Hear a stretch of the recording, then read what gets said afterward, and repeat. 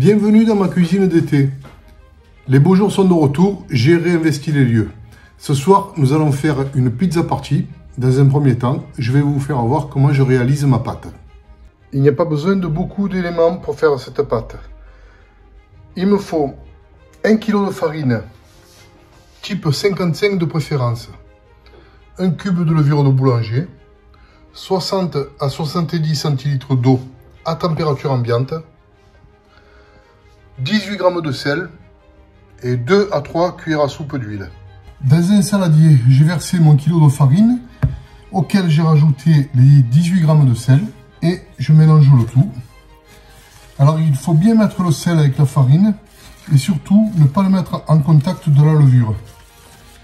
Le sel a pour action de manger les enzymes de la levure et elle n'aura pas son effet. Je creuse un puits dans ma farine et je viens ajouter l'eau dans laquelle la levure a été diluée. Voilà, je remets bien le fond pour éviter qu'il y ait des grumeaux. Puis j'y mets l'excédent d'eau, enfin l'excédent, ce qui me reste d'eau.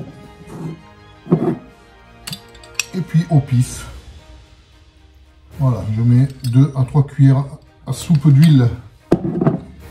Et maintenant, il faut que je remue doucement, doucement, jusqu'à obtention d'une pâte souple et encore un peu collante. Je verse un peu de farine sur mon plan de travail. Je vais y verser la pâte pour la travailler un peu à la main.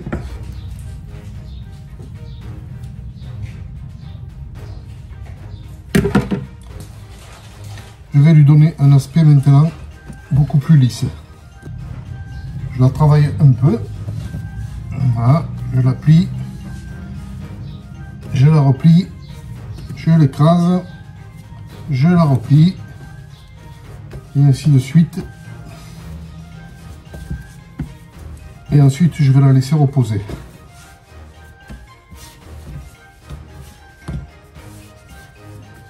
Là, vous voyez, il n'y a pas besoin de beaucoup la travailler. Ma boule est à peu près correcte, bien lisse.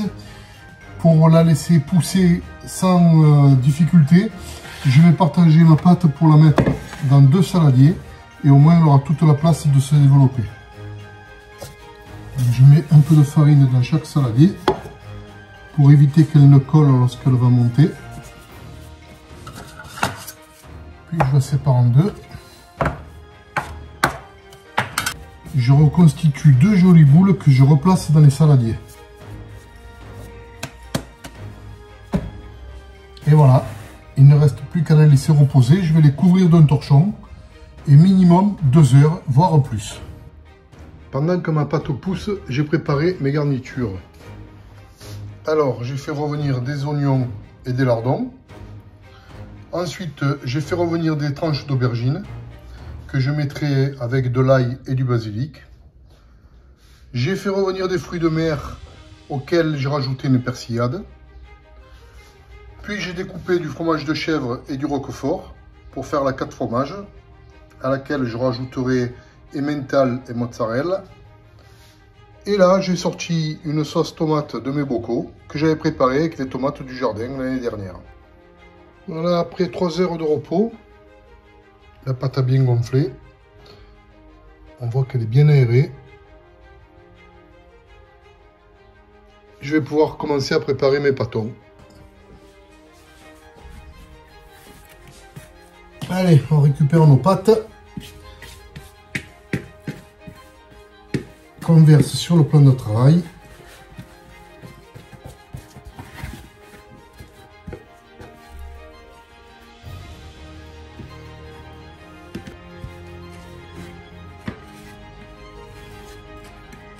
On va travailler un peu tout ça. Et ensuite, on va en faire des pâtons.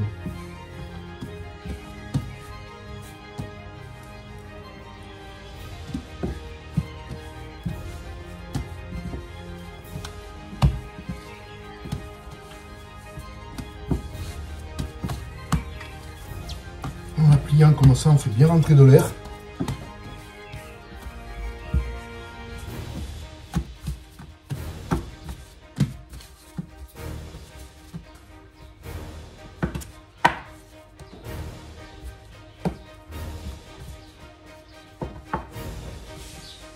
Voilà, mes pâtons font entre 220 et 230-235 grammes.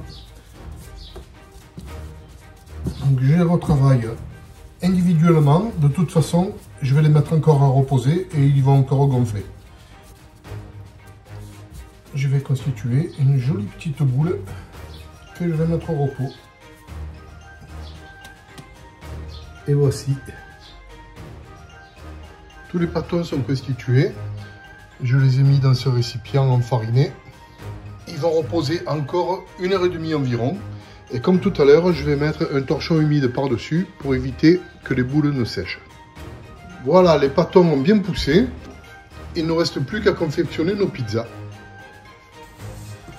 On attaque la première pizza.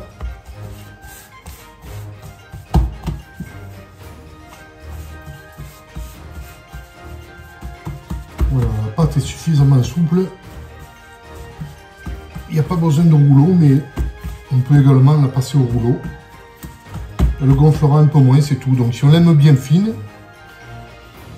on peut la passer au rouleau. Sinon, comme ça va bien.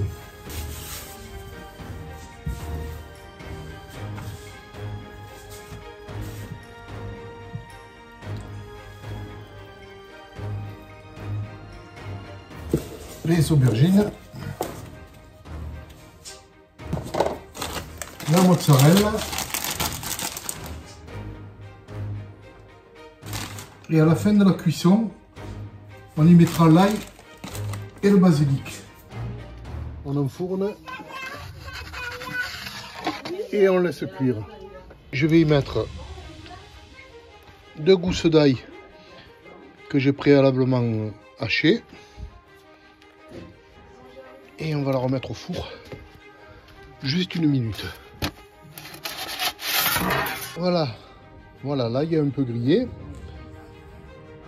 Et maintenant, on y met le basilic par-dessus, tout frais. Et cette fois-ci, il n'y aura pas besoin de le faire cuire, plus qu'à déguster.